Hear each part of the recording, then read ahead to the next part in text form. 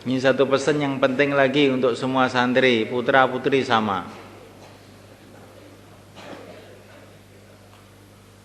Itu arahan dari para masyayikh kita di Nizamudin. Ya. Bagaimana tiap masjid ada 3 usaha. Yang pertama kali usaha dakwah untuk menguatkan keyakinan kepada Allah dan Rasulnya, negeri akhirat. Yang kedua kali usaha tahfidzul Quran, sehingga orang Islam ini bisa baca Quran dengan benar. Kemudian yang ketiga kali ada madrasah diniyah, masalah akidah, masalah tauhid, masalah fikih, supaya umat Islam ini bisa mengamalkan agama dengan sempurna. Sekarang ini orang-orang dakwah ditargib habis-habisan siang dan malam, amalkan agama dengan sempurna. Tapi agama itu sendiri tidak tahu bagaimana mengamalkan. Maka tiap masjid itu perlu ada madrasah diniyah, belajar sunnah-sunnah Nabi, yang halal, yang haram, yang makruh, yang sunnah, tiap masjid itu. Sehingga masjid itu nanti jadi pusat dakwah, pusat ilmu, pusat amal, pusat tarbiyah, pendidikan umat secara bertahap-tahap menghidupkan agama secara sempurna. Insya Allah. Sekarang ini kalau kita bikin tiap masjid, kita mungkin belum mampu. Sekarang ini coba kamu pikirkan, nanti di rumah kamu bicara dengan orang tua, umpamanya satu kecamatan atau satu kabupaten, konsul-konsul itu punya pikir untuk bikin pesantren.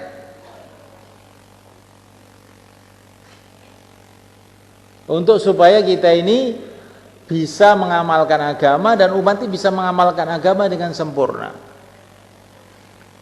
Bagi santri nanti pulang tuh ada pangkalan perjuangannya, pangkalan taklimnya. Bagi umat supaya bisa ada tempat untuk belajar. Insya Allah. Dan supaya umat ini terjauh dari golongan-golongan sesat.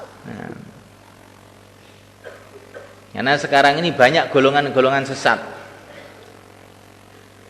Di antaranya golongan anti madhab.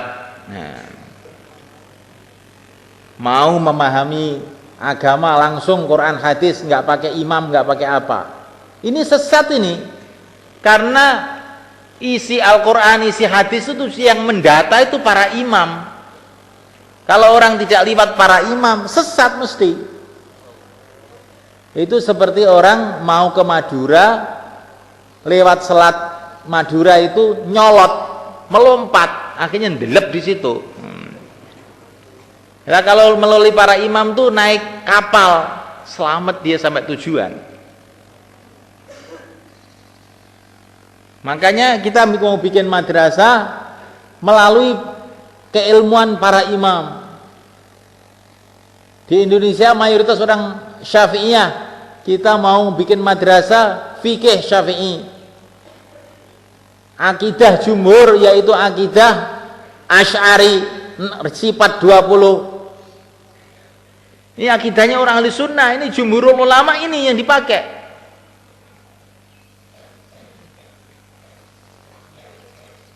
Dan pakai tazkiyatun nufus, pembersihan hati yang telah diajarkan para imam-imam, Al-Imam Al-Ghazali, Al-Imam Al-Junaid Al-Baghdadi dan lain-lainnya. Sehingga umat ini tidak tertarik, tidak disesatkan oleh orang-orang yang tidak bertanggung jawab itu. Orang-orang yang tidak pakai imam-imam itu adalah orang yang mau jadi dokter tapi tidak melalui kuliah kedokteran, ngarang sendiri, obatnya diramu sendiri, akhirnya obat tikus untuk diminumkan pada manusia, akhirnya perutnya pada jebol. Insya Allah. Insya Allah gimana? Oh. Kemudian malaikat Allah Ta'ala Golongan Syiah ini juga merajalela di mana-mana. Sekarang terjadi pembunuhan besar-besaran di Suriah, di Mesir. Orang-orang Syiahnya yang bikin. Umat Islam disembelih kayak ayam oleh orang Syiah itu. Orang Syiah itu golongan sesat, tapi mereka pandai menipu orang. Syiah ini bagus, Syiah ini cinta Ahlul Bait, cinta omong kosong. Maling teriak malingnya si orang Syiah itu. Mereka punya prinsip membenci para sahabat.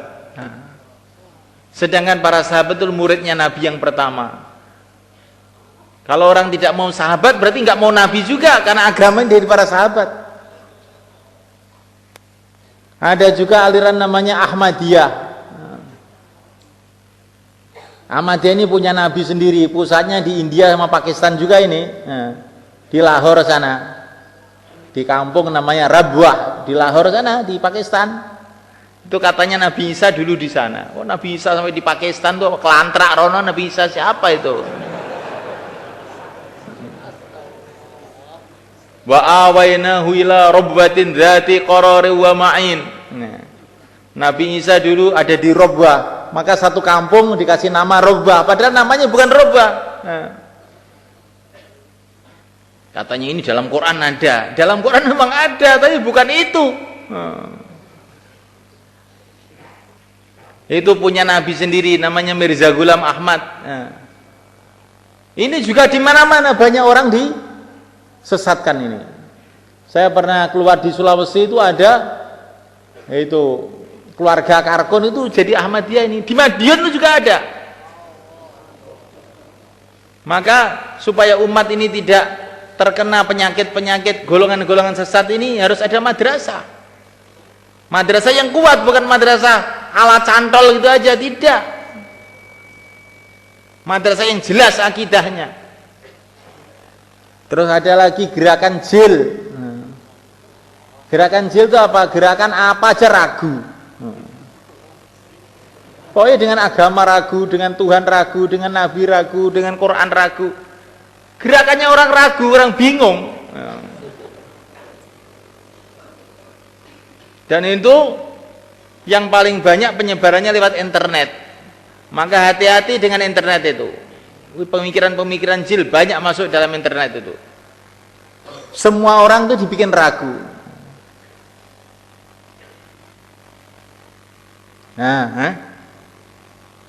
Contohnya ya, orang jil itu contohnya. Itu cerita-cerita nabi-nabi, cerita Nabi Adam dalam Quran ini. Masa iya katanya. Kok masa iya?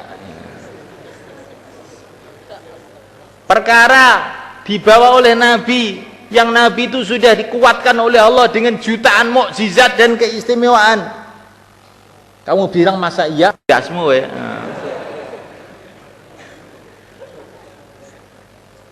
Wong manusia ini semua itu hamba Allah. Masa yang masuk Islam, yang masuk surga cuma orang Islam saja? Orang jil.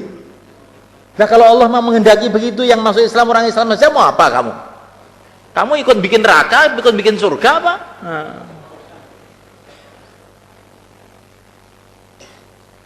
Ini orang jil ini juga setannya manusia. Ya. Setan dasireng orang jil ini. Ya. Nah ini umat ini harus diselamatkan dengan dakwah dan juga dengan taklim. Maka tiap-tiap masjid hidupkan taklim, fadhail masail. Ya minimalnya kita sekarang punya program, tiap kabupaten ada pesantrennya. Ini untuk dari Al-Fatah loh. Yang lain-lain bikin, masya Allah bagus. Nanti lama-lama tiap kecamatan ada pesantrennya, lama-lama tiap masjid, tiap kampung ada pesantrennya, lama-lama tiap masjid jadi pesantren. Wa ma dzalika 'alallahi bi'aziz. Bagi Allah tidak ada yang sulit. Yang penting kita mulai, insyaallah ya. Nanti kamu bicara sama orang tuanya, Pak, bagaimana kita ini di sini bikin pesantren nih Pak. Kalau tidak nanti masya Allah bahaya ini umat ini. Bapak kan punya sawit 10 hektar toh. Yang 1 hektar untuk pesantren, Pak. Nah. Sudah. Bagaimana? Insyaallah. Ada satu konsul itu, namanya Indramayu. Indramayu itu berapa orang tuh yang di sini? Mungkin ada 100 orang lebih. Malah 200 mungkin. Coba itu iuran 2 juta, 400 juta bisa bikin pesantren di situ. Terus iuran murid setiap orang anaknya dikirim satu, sudah 200. Santrinya langsung 200. Ya. Kalau yang sudah kawin loh ini maksudnya. Ya. Kalau yang belum kawin cari taskilan satu orang 200, jadilah pesantren. Sekarang ini Al-Fatah sudah membuat pesantren dalam beberapa tahun ini kurang lebih 50 pesantren di seluruh Indonesia. Dan saya itu punya harapan ini semua daerah itu bisa sebetulnya buat itu dengan izin Allah, dengan syafaatnya Rasulullah SAW. Insyaallah. Diulang.